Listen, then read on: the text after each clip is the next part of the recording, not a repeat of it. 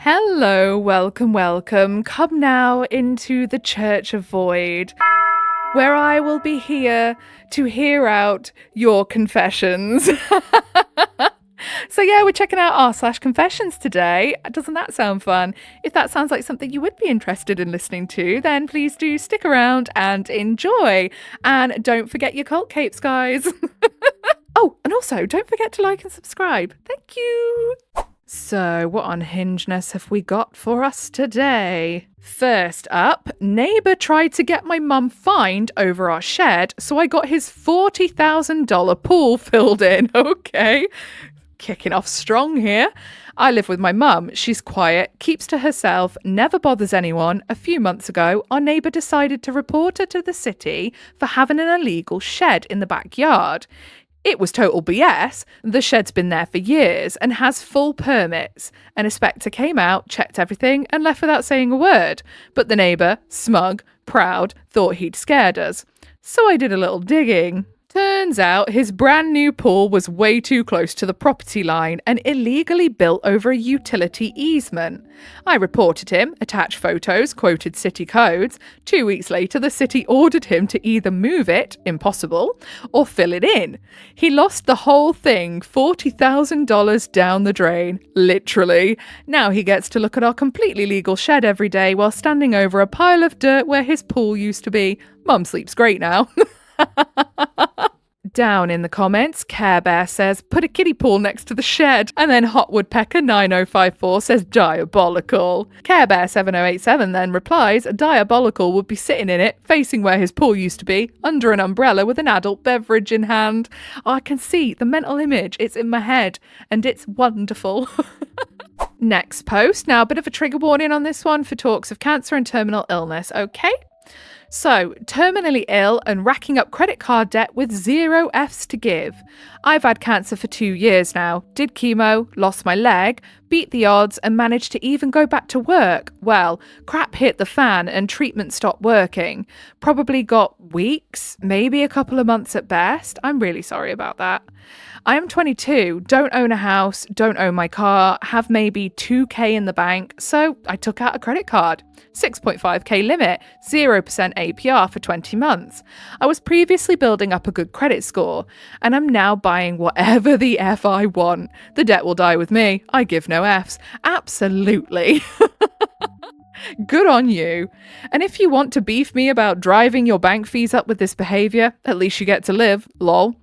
Edit. Thank you for all your amazing responses. Unfortunately, it's bone cancer that has spread through my whole body, so I'm too weak to travel far, as much as I would have wanted to see the world. I'm going to go bigger and do some good stuff if you have any ideas. I want to do some big donations to food banks and cancer charities that supported me through my journey and make some differences before I pop. Also, shame on you all for asking for money. Yeah, what? People were doing that? I mean, this is the internet. Of course they were. Update 2.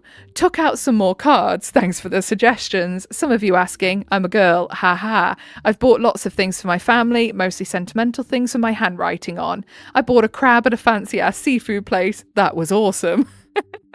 Enjoy yourself. Why the hell not? I've donated to animal shelters and food banks, also to the cancer charities who helped drag my ass through this.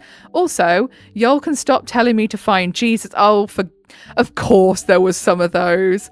I respect those of you who are praying for me because I know that's your way of thinking of me and I'm really touched by that. But finding God is no way in my plans and not what I believe will happen after death. Trying to force religion down a dying person's throat is really not the vibe. Exactly. Honestly, people need to just stay in their own lane when it comes to their religion. Yeah, you believe in that? Great. I'm so happy you find comfort in, your religion, whatever it may be. Everyone should be allowed to practice their beliefs in their own personal way without judgment, absolutely, unless your beliefs, directly harm others and impact others in a negative way. Which, I mean, you could argue there is some denominations of certain religions that do that. But, otherwise, if you're peacefully just practicing your religion, cool, good for you, excellent. No one cares about that. But as soon as you start you must believe what I believe in, it's like, oh, get fucked. Anyway, down in the comments, Lopsided Teach 4157 says, why stop at one card? Do it as many times as you can. And then Chard Smurf says, and all rapidly together before each one reports. Yeah, that's quite a good point. Yep. Molotov Glocktail says, homeboy, can we aim way higher than 6.5k? Literally, treat yourself. Next up, I faked liking sparkling water for 3 years and now I'm trapped. Why did you do that? I'm 30 now, but this started when I was around 27, during a phase where I was trying really hard to be one of those put together adults who meal prep, drink sparkling water, and have plants that aren't just dying slowly in the corner. Why would drinking sparkling water mean that you had your life together? Am I missing a beat on something? Probably. So I bought a 12-pack of LaCroix because, you know, that's what the cool, healthy people were drinking. First sip, it tasted like somebody had whispered the word fruit into a cup of... Okay, let me read that again. It tasted like someone whispered the word fruit into a cup of TV static. Absolutely disgusting, but I already posted it on my Instagram story with the caption? With the caption, new addiction, lol. And that was the beginning of my downfall. Friends started bringing LaCroix over when they visited. Co-workers stocked it in the office fridge because I liked it. My girlfriend, now fiance, thought it was cute how into sparkling water I was. Is this a cult? What is going on here? So she bought me a soda stream for Christmas. Now I'm in too deep. I've become the guy who nods thoughtfully while drinking what is essentially spicy sadness. Oh God. I have flavours in my fridge with names like Pamplemousse and Limoncello. And you thought these were for adults? Uh-huh. Okay.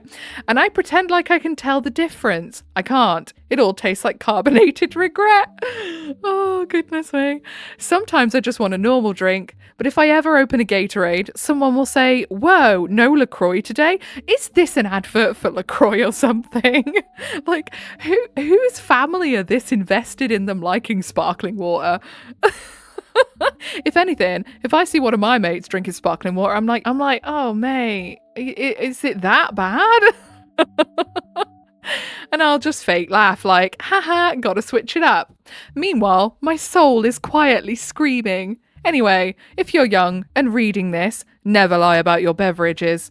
That stuff will haunt you. Thanks for coming to my TED Talk. Okay, so I have an idea for you. It's a little out there, but it works every time if you don't like something anymore. Tell them, I don't know why, I don't know what happened, but one day I had it and it just gave me violent shits. Watery as hell, coming out like white water rapids. I couldn't leave the toilet for 6 hours. They will never want to offer you one again. Down in the comments, Neo9113 says, tell everyone you're going carbonation free. Okay, so that might be a less traumatizing idea than what I thought, but personally, I think telling someone it gives you explosive diarrhea is going to stop them from ever offering you again. Easy solution. People's tastes change over time. You could also pretend they changed something in the formula and it's no longer pleasing to your taste buds. Mega Bot Style says, or pretend you have COVID and now it tastes different. And then Dear Energy 4697 says, this is the correct answer. Will work every time. Gets me out of eating a lot of different things too. Next post. Okay, so there is trigger warnings for abuse, like child abuse. So just be warned. When I was a kid, I drugged my dad for a whole month. Warning, contains abuse. My father was a raging a-hole. He used to beat us all and yell at us about how worthless we were constantly. My mother finally had enough. He said that either he gets psychological help or she leaves him. He went to the doctor and was prescribed an antipsychotic medication. When he started taking it, he magically became nice. No more beatings, no more yelling. It was paradise. Then, after a while, he turned mean again. We asked our mum what was going on. She said that he had stopped taking his medication because he didn't like the side effects, whatever that meant. I just can't fathom, as a parent, staying with someone who's beating your kids, even the first time. I can't fathom that. We felt doomed until one day, my mum accidentally left his prescription bottle in the kitchen. My sister and I looked at each other and didn't even have to say a thing. She got out a spoon and I ground the white pill into powder and we put it into his orange juice. What a nice day we had.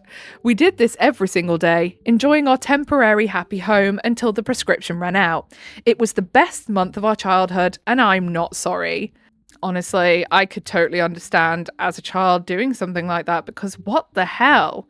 If I ever found out someone was laying their hands on my kids, they wouldn't have hands to do it with any longer. And I fear no one understands how serious I am about that. Edit. For those saying that antipsychotics takes weeks to work, that's not always the case. In contrast, antidepressants often take weeks to work. People have commented that they have taken antipsychotics such as Latuda, Promazine, and Seroquel. I don't think we have those over here. Probably the same kind of thingy, but I guess those are brand names because I have no idea if I pronounced any of those correctly, by the way. I do apologize. And they claim that they feel the effects in hours. FYI, I have no memory of exactly what drug he was on.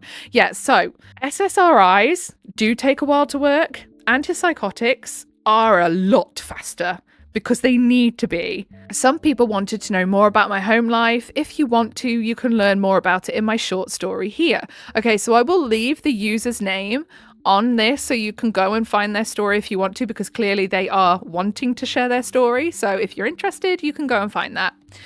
Wow, thanks for all the kind words and the award. This is unexpected but greatly appreciated. To those that asked, I'm doing fine now and I live a blessed life. And no, I don't recommend people do this at home. I was just a kid during desperate times. Understandable. Again, I would not, I'm going to go on record right now saying I would not recommend doing it either. But I understand OP's reasons. I understand. I do. I get it. They were a kid who didn't want to get their ass beat anymore. Like, God, I mean, there's a lot I could say, but I won't. So then down in the comments, Deep Tadpole 3652 said, "You shouldn't be sorry. I'm glad you got momentary reprieve." And then King Carl Burstein says, "I love imagining the dad not realizing or understanding why he suddenly didn't have rage." And then Gate Porter says he probably didn't have the self-reflection skills to identify it. In his head, he was probably thinking, finally, everyone is starting to get it. They aren't acting crazy anymore. Yeah, I imagine the dad genuinely probably thought he was in the right this whole time and was totally fine. And, you know, the way he was totally fine because, I mean, why would you want to give up your child's peace for the sake of avoiding a few side effects? I once lied on my CV, got the job and got promoted. I lied on my CV and somehow convinced the world that I was a coding wizard. Now I'm stuck in a never-ending cycle of Google searches and caffeine-fueled coding sessions. This is when I regret it, and I do indeed. My browser history is a treasure trove of how to fix syntax errors and what does this error message mean. I learned to code on the job, which is just a fancy way of saying that I'm making it up as I go along. My colleagues think I'm a genius, but really, I'm just good at hiding my panic. Why would you lie about something like so specific like that? When they ask me to explain my code, I launch into a confident-sounding, jargon-filled monologue, hoping they'll get lost in the technical mumbo-jumbo. The best part, I got a promotion and a raise, which basically translates to, we're paying you more to keep pretending you're good at this. I mean, I kind of feel like OP skipped a few steps in just learning. You know? Edit. Thanks. I feel so supported by the huge IT and developer community. At least I've learned something fast. And also that truth is told by how you work, action over words. Maybe, after all, I can call myself a real programmer now. I mean, yeah. You just decided to learn on the job without letting your employers know you were learning on the job. I mean, it worked out in the end, I suppose. Surf, fake it till you make it. And then Ancient Mew Mew says, most of the times it's fake it until you break it. And then Broke Godfather says, or fake it and don't get caught. Okay, I think that's going to do us for the day. It's late and I'm getting a little bit rambly, not going to lie. Anyway, if you made it all the way to the end, then I appreciate you very, very much. If you give a little like and subscribe, I'd appreciate you even more. I am going to disappear. Oh my god, it's like, what time is it? It's 18 minutes past 1 in the morning. Oh my goodness. So yeah, definitely, I need to get into bed. Probably won't go to sleep. I'm going to get into bed, close my eyes, and have anxious thoughts about everything I've done this week. Got to love brains, eh? Anyway, whatever it is you're doing for the rest of your day, I hope you have a really good rest of your day. Goodbye.